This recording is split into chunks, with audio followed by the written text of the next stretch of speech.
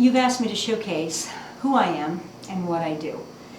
In all honesty, I'm not the showcase type. I do have kind of a quirky sense of humor, but I will be glad to let you get to know me and what I do. But my students and maybe even one of my parrots, Harley, will have to provide you with the showcase part. Many people, including my students, don't know, and some don't believe, that I'm essentially a shy, private, rather reserved kind of a person, partially the result of being an only child raised in other countries. My siblings were books and my imagination, and my adventures, somewhat like those of Don Quixote, were in my mind. Those are the friends that I would like my students to get to know through their study of another language. I organize my advanced classes as content courses. After all, to really use a language, you must talk about something other than the language itself. This gives me the flexibility not only to capitalize on the interests of some of the students in those classes, but it exposes them to a more in-depth understanding of the Hispanic world, an area that's lacking in our general educational curriculum. It also gives me a chance to bring in a variety of genres: history, art, music, literature, and a variety of intelligences. I can teach them the weaving that I learned in Otavalo while listening to Andean music. I can fill my room with a variety of items and images, and on special occasions I can even build the world in our cafeteria.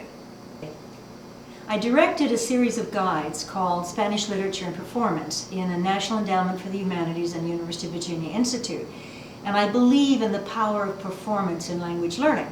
So I often have my students transform something they're reading into a performance mode. Sometimes this is literary works, like El Cid.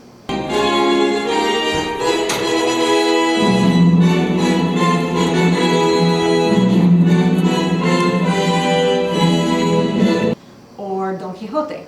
Sometimes it's dramatizing a work of art, learning how to produce a work of art, or composing and performing a rap or a corrido.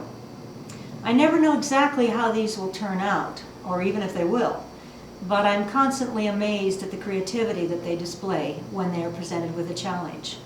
It would certainly never have occurred to me, for example, to convert a novel by Garcia Marquez into a quilt, but what a lovely idea.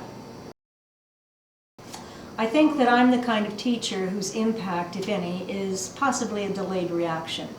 Messages that I receive, often many years later, usually mention something that we said or did in class that has somehow resonated later in their lives. This is usually mentioned in reunions. I love to travel with students, and I've done so for many, many years. I will be traveling with them next month to Peru. I love to see places that I love through their eyes, and I love to see their eyes when they see the places that I love. My students have sent me out in search of answers that I either didn't know or hadn't thought of. If they haven't kept me young, at least hopefully they've kept me younger. If I weren't teaching, I would miss not sharing with them the answers that I will hopefully still seek and find. I'm Marilyn Barrueta. Soy profesora.